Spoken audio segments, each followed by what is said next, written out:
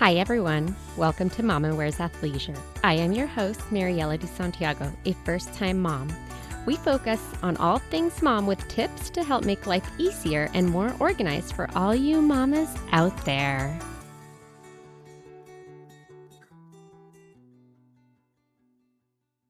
Hi, everyone. Today I am here with Kelly, who is a doula. Kelly, I'd love for you to share a little bit about yourself and your business.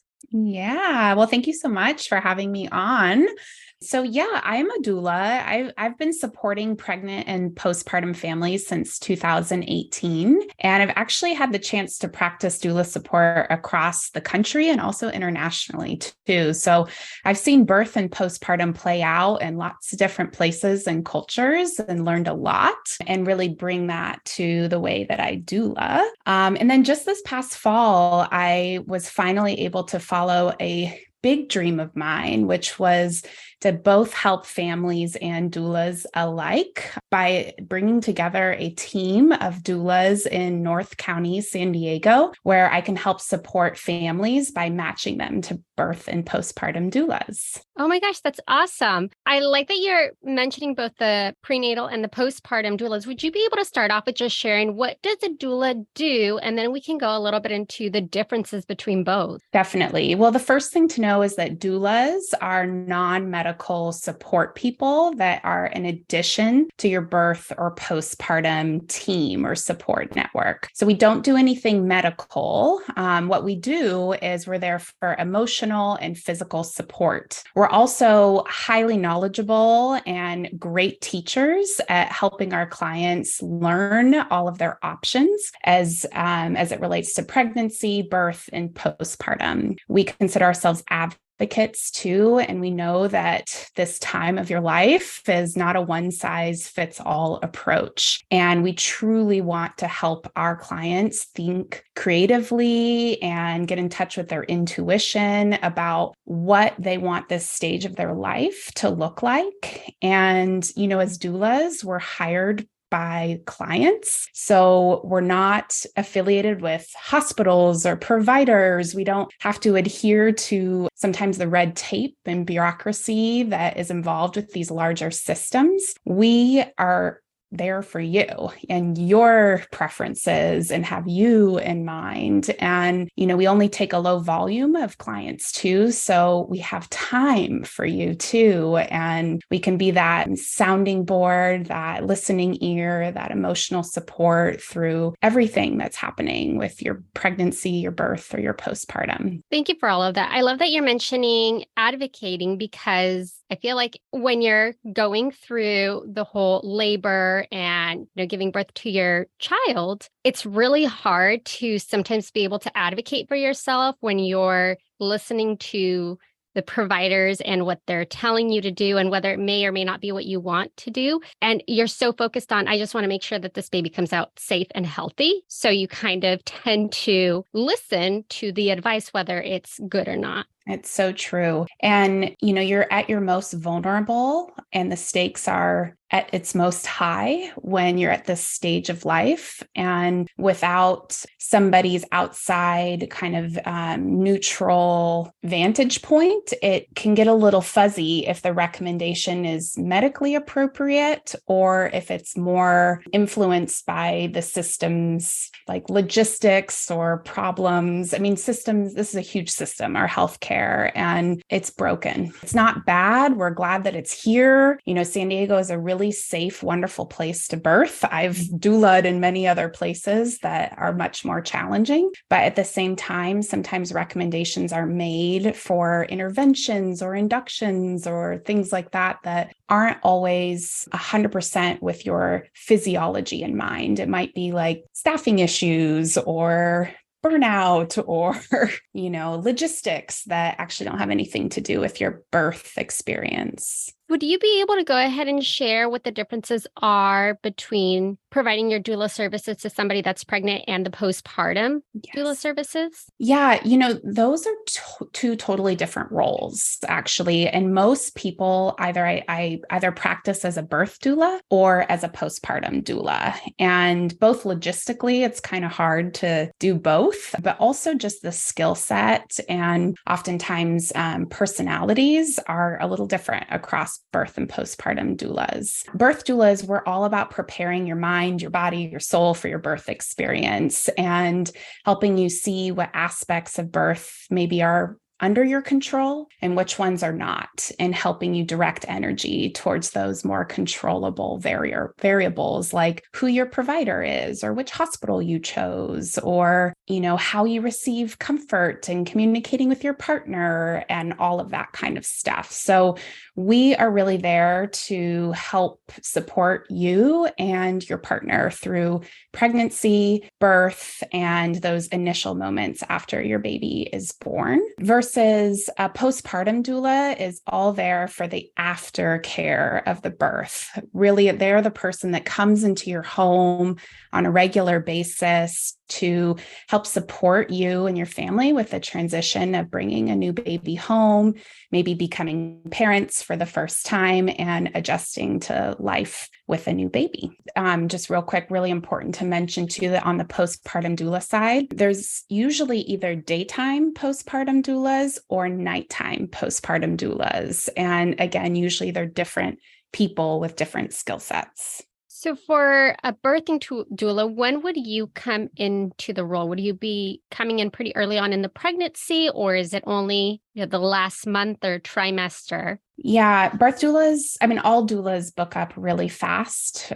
We are in high demand and most of us only take a couple clients a month for their estimated due dates. And so, I always say that if there's a particular doula, either on the birth or postpartum side that you really connect with and want to be your doula, that's somebody you could reach out to as soon as you realize that you're pregnant. And people do that a lot. Like I'm having consults later today for people due in September and it's January. So they just found out, So that does happen and can be great. But a lot of people also like to wait for the first trimester to be over before kind of wrapping their mind around the pregnancy and really just like, if anybody's facing former pregnancy loss or anything like that, sometimes it's not best for mental health to dive too far into birth and postpartum, right? And so there's also just that balance of really checking in with yourself around when is a good time to start the process of interviewing doulas. On the birth side, we do 2 prenatal visits in your home,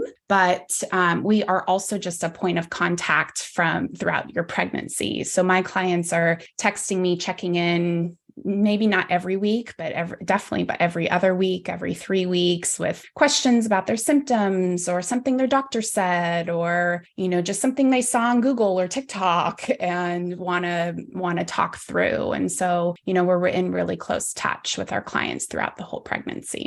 I love that you mentioned the reaching out for symptoms because when you're first pregnant, you're constantly on Google. Even as a mom, you're just always on Google, right? Anytime you have anything. So it's nice to have that specialist that can help you out, hopefully avoid having you go down that Google rabbit hole. I always tell my clients, once we're connected, let me be your Google. I've already filtered through all of the junk on Google, and I have my trusted sources that rely on evidence-based information and, can really help point you towards credible sources for, answering some of those questions. Whereas it might take you an hour to go down the Google rabbit hole. It just takes a few minutes to text your doula and they'll send you something back. That's so helpful. I love that. With that, let's talk a little bit more about the postpartum doulas. Would you be able to share what some of the differences would be between the daytime and nighttime? Like how would you be able to support either a mom or both parents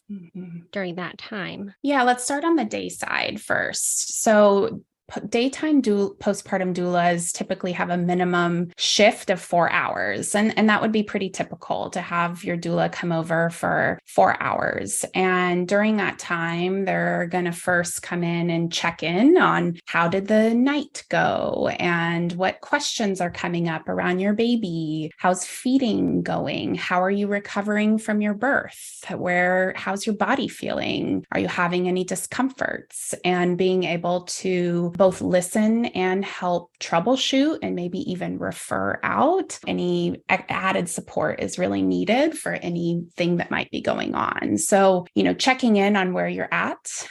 Sometimes, a doula might show up and the night went great and the new mom and new dad are feeling awesome and, want to be with their baby. And they're not really like, here, take my baby. I need a nap. Maybe they feel fine that day. And so the doula might check in and say, well, like, how's food going? Are you eating well? And maybe prepare you some lunch, something really healthy to help rebuild your blood supply, help balance your hormones, and cook you a really fresh, delicious lunch or breakfast or dinner or stock up your fridge.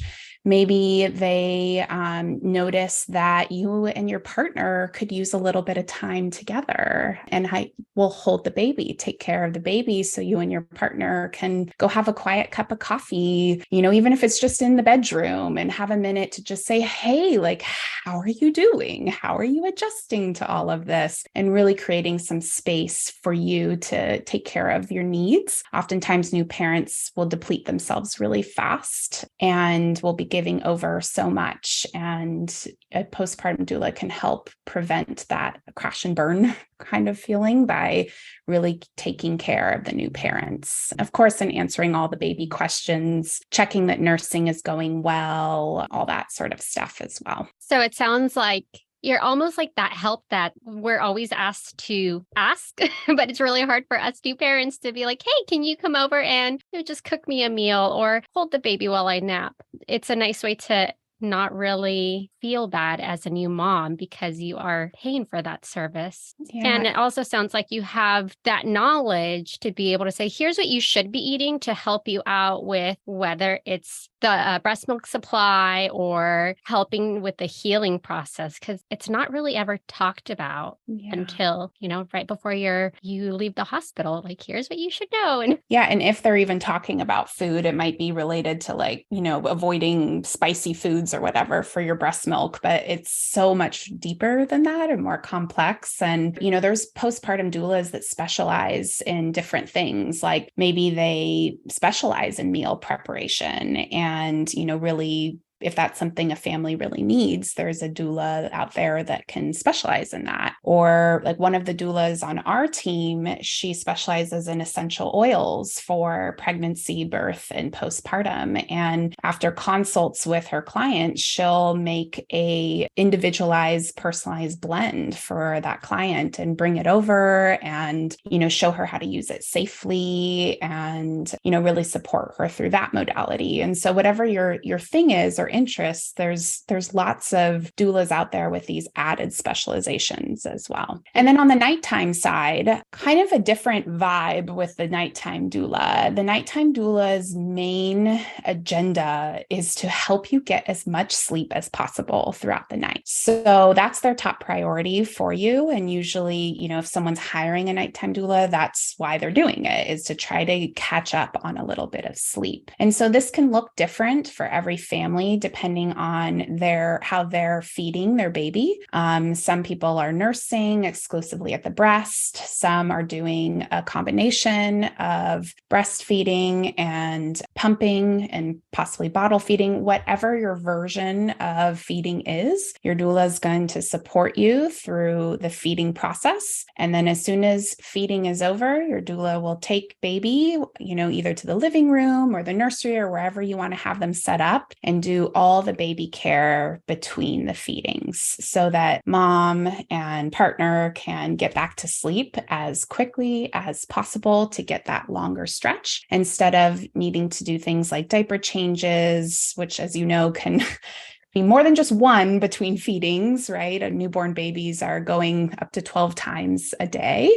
It's funny you say that because I started tracking as soon as my baby was born, they have you track how often they go to the bathroom. And I wanted to do cloth diapers. So I wanted to know how often he was going. So I kind of had a better idea of when I could start the cloth diapers. As a newborn, he was going over 25 times a day. Totally. And some babies are like that and some are not. And it's hard to predict. But one thing a postpartum doula does for sure is that make sure that however your baby is in between those feedings, which is lovely and adorable and amazing, but to get a good night's sleep so that you can catch back up maybe once, twice, 3 times a week in those beginning weeks, it can make a massive difference in your mental health and oftentimes your relationship and your confidence and ability to just keep going and bringing your best self to parenthood, right? That nighttime doula is all about helping you catch up on your sleep. And then, of course, they're there to answer your questions. And, some clients want their doula to sit with them during a feeding, maybe just kind of like check in on latch or answer any questions from the day that came up. Your doula can sit there and have that moment with you and keep you company in the night while you're feeding. Or some people just want to be left alone and they have that time with their baby and they text their doula when they're done, come up and grab the baby, and the doula does, and you're back to sleep. So, postpartum doulas very much meet a person and a family where they're at. They get to know you prenatally to see what is it that you're feeling like you might need extra support in. And then they're going to be checking in on that throughout the weeks because sometimes it's hard to anticipate what you're going to need until you need it, right? And so they're very flexible people that can meet families where they're at. Sleep is so important, and it's so hard to get that sleep as a new parent unless your baby is going for hopefully 3-hour stretches. But even then, if your baby is going for only 3-hour stretches at most for 6 months, and you're never getting that solid sleep that you need. Yeah. And then I feel like your emotions, your hormones are all over the place. So when you first come home with the baby, it's really hard to adjust. So having that help really is so essential. We think about how our culture, just as humans and where we're at, and we save up and spend so much money on weddings, vacations, home remodels, whatever it is that is your thing. And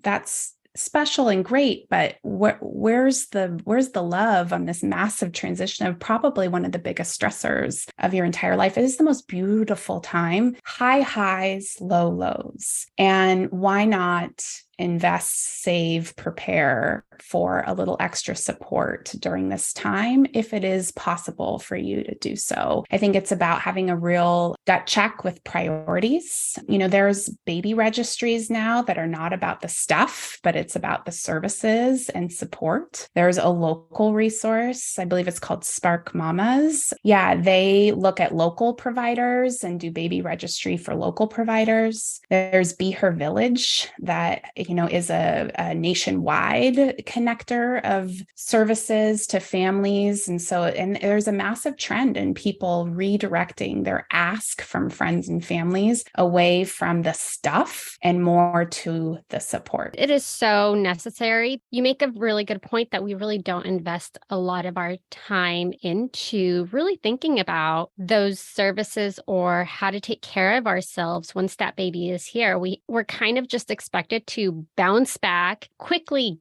get back in shape, whatever it was pre-pregnancy. You have to be this super mom, hold a full-time job, make sure that your house is clean, make sure that baby has home-cooked meals, is 100% getting breast milk, rather than really talking about that's just an unrealistic goal. Not every mom has that ability. Not every mom has the time to be able to work a full-time job and make those home-cooked meals. They might have to grab a few prepackaged squeeze packs to make sure that baby is getting fed and getting the nutrients. Even aside from all of that, getting all of those services like a prenatal massage, and just how helpful that is to help release stress for a mom that is expecting. And not to mention, if you have kids already while you're expecting, then that's just a whole another beast there. And there are a lot of creative ways to pay for doula support, because we also have to acknowledge that, not everybody has excess funds ways to be able to put towards doula services or even home remodels and, luxury vacations. Of course, there's many people that's not even on the table, right? There is so much evidence now on the benefits of doulas, both on the birth and postpartum side, for truly